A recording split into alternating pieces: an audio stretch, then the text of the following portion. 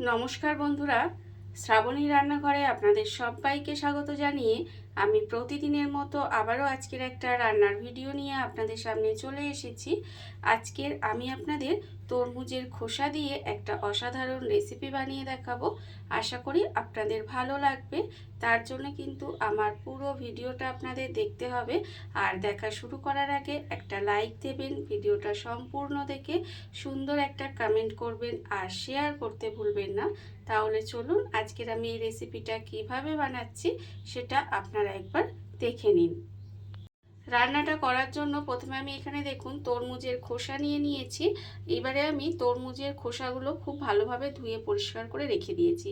এবারে দেখুন এই যে তরমুজের খোসার যে পিছনের দিকে সবুজ অংশটা, এটা কিন্তু আমি রান্নায় ব্যবহার করব না। এটা কিন্তু আমি ফেলে দেব, মানে ছাড়িয়ে এর খোসাটা ফেলে দেবো, মানে সবুজ অংশটা ফেলে দেব। এইবারে এই যে দেখুন সাদা অংশটা আছে না, এই সাদা অংশটা আমি একটু ছোট ছোট করে সরু সরু করে কেটে নেব। তরমুজের খোসাগুলো দেখুন এরকম সরু সরু করে আমি একটু কেটে ধুয়ে পরিষ্কার করে নিয়েছি, আবারও একবার ধুয়ে নিয়েছি। এইভাবে একটু সরু সরু করে কেটে নিতে হবে। এইবারে দেখুন আমি কিন্তু এখানে একটা বড় বাটি নিয়ে নেব। একটা বড় বাটি নিয়ে নিয়েছি, বাটির মধ্যে দিয়ে দেব এবার তরমুজের খোসাগুলো। সমস্ত তরমুজের খোসাগুলো কিন্তু এখানে দিয়ে দিলাম। এইবারে আমি এর মধ্যে দিয়ে দেব দেখুন মুসুর ডাল। এখানে কিন্তু আমি অল্প একটু পরিমাণের মুসুর ডালকে খুব ভালোভাবে ধুয়ে পরিষ্কার করে রেখে দিয়েছি, সেই মুসুর ডালটা আমি এখানে দিয়ে দিলাম। এইবারে আমি এর মধ্যে দেব পেঁয়াজ কুচি। এখানে কিন্তু একটা একটু মাঝারি সাইজের পেঁয়াজকে এইভাবে একটু সরু সরু করে কুচি করে রেখেছি, সেই পেঁয়াজটা আমি এখানে দিয়ে দিলাম। আর দেব রসুন কুচি। এখানে কিন্তু রসুন কুচিটা আমি লম্বা লম্বা করে কুচি করে রেখেছি, সেই রসুনটাও এর মধ্যে দিয়ে দিলাম। আর দেব এর মধ্যে দুটো চেরা কাঁচা লঙ্কা। আর আমি এর মধ্যে দেব দেখুন নুন। এখানে কিন্তু আন্দাজ মতো নুন দেব, হলুদের গুঁড়ো আর লঙ্কার গুঁড়ো, এই সমস্তগুলো এর মধ্যে দিয়ে দিলাম। দিয়ে এবার এটাকে হাত দিয়ে খুব ভালোভাবে মেখে নেব। হাত দিয়ে কিন্তু সমস্ত কিছু খুব ভালোভাবে মেখে নিতে হবে। আজকের আমি আপনাদের যে রেসিপিটা দেখাচ্ছি সেটা কিন্তু খেতে ভীষণ সুন্দর হয়। এটা আপনারা বলতে পারেন যে হাতে মাখা তরমুজের খোসার রেসিপি। দেখুন এইভাবে কিন্তু এটাকে একটু চটকে চটকে মেখে নিতে হবে। যেহেতু হাতে মাখা, সেই জন্য কিন্তু এইভাবে একটু চটকে চটকে ভালো করে মেখে নেব। আর এই রেসিপিটা কিন্তু খেতে আবারও বলছি ভীষণ সুন্দর হয়। আপনারাও কিন্তু এই তরমুজের খোসাটা, আমরা তো সাধারণত তরমুজের খোসা ফেলে দিয়ে থাকি, আর এই তরমুজের খোসাটা ফেলে না দিয়ে এইভাবে একবার হলেও রান্নাটা করে খেয়ে দেখবেন। আশা করি আপনাদেরও ভীষণ ভীষণ ভালো লাগবে। দেখুন এটা কিন্তু আমার খুব ভালোভাবে মাখানো হয়ে গেছে। সমস্তটা এইভাবে একটু ভালো করে মাখিয়ে নিতে হবে। এটা আমার মাখানো হয়ে গেছে। এইবারে দেখুন অন্যদিকে গ্যাসটা অন করে এখানে কিন্তু কড়া বসিয়ে দিয়েছি। এইবারে আমি এর মধ্যে দিয়ে দেব এই যে হাতে মেখে যে আমি তরমুজের খোসা মুসুর ডাল সমস্ত কিছু রেখে দিয়েছিলাম, সেটা আমি এর মধ্যে প্রথমে ঢেলে দিলাম। এর মধ্যে দিয়ে এইবারে দেখুন যে বাটিটা আমি যেটা মেখেছিলাম তার মধ্যে আমি এখানে জল দিয়ে দেব। জল দিয়ে ধুয়ে এই জলটা কিন্তু এর মধ্যে দিয়ে দেব।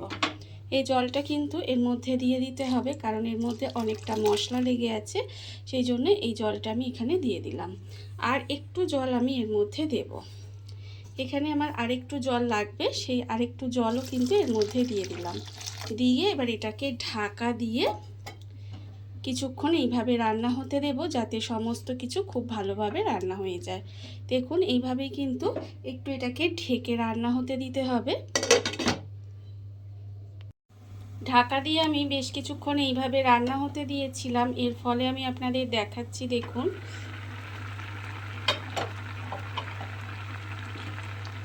এখানে দেখুন সমস্ত কিছু কিন্তু এখানে ভালোভাবে সিদ্ধ হয়ে গেছে।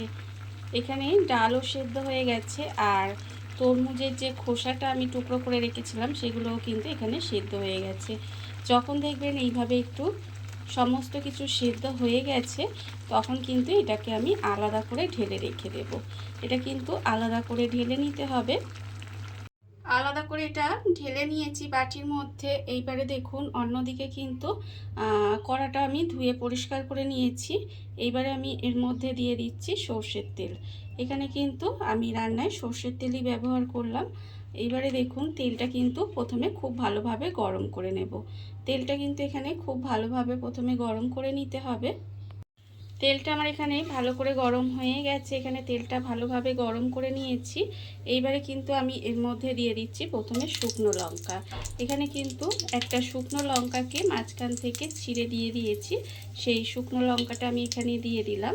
এইবারে আমি এর মধ্যে দিয়ে দেব দেখুন অল্প সামান্য একটু গোটা জিরে, অল্প সামান্য একটু গোটা জিরে ফোড়ন দিয়ে দিলাম।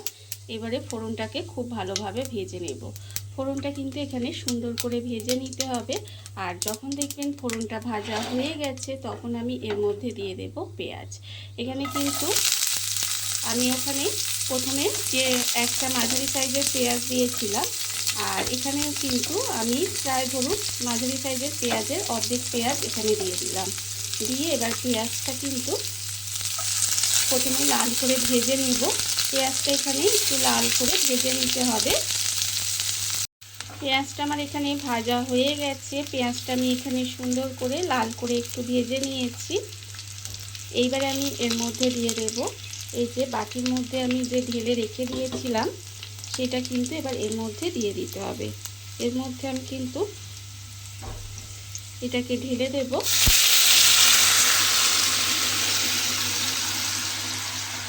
ঢেলে দিয়ে এটাকে আমি এবার মিশিয়ে নেব। খুব ভালোভাবে কিন্তু এটাকে মিশিয়ে নিতে হবে। মিশিয়ে নিয়ে এবার এটাকে আরেকটু সময় কিন্তু এটাকে রান্না হতে দেব। আবারও কিন্তু একটু ঢেকে দেব, ঢেকে দিয়ে আরেকটু সময় এটাকে রান্না করে নেব। ঢাকা দিয়ে আমি কিন্তু আরও কিছুটা সময় এইভাবে রান্না হতে দিয়েছিলাম। দেখুন এখানে কিন্তু আমার রান্না হয়ে গেছে। এইভাবে কিন্তু আপনারাও যে কোনো দিন বাড়িতে বানিয়ে দেখতে পারেন, খেতে কিন্তু ভীষণ সুন্দর হয়। দেখুন রান্না আমার এখানে রেডি হয়ে গেছে। এবার আমি গ্যাসটা অফ করে দেব আর আপনাদের পরিবেশন করে দেখাবো ঠিক কেমন হলো।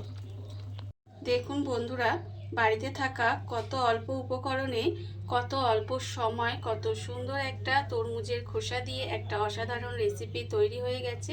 আপনারা দেখতেই পেলেন, আর এটা কিন্তু খেতে ভীষণ সুন্দর হয়। এইভাবে আপনারাও একদিন হলেও বাড়িতে বানিয়ে দেখতে পারেন। আর এই ভিডিওটা যদি আপনাদের ভালো লেগে থাকে আপনারা আমার চ্যানেলটা সাবস্ক্রাইব করে এইভাবে আমার পাশে থেকে যেতে পারেন। তাহলে চলুন আজকের ভিডিওটা এই পর্যন্তই। নমস্কার।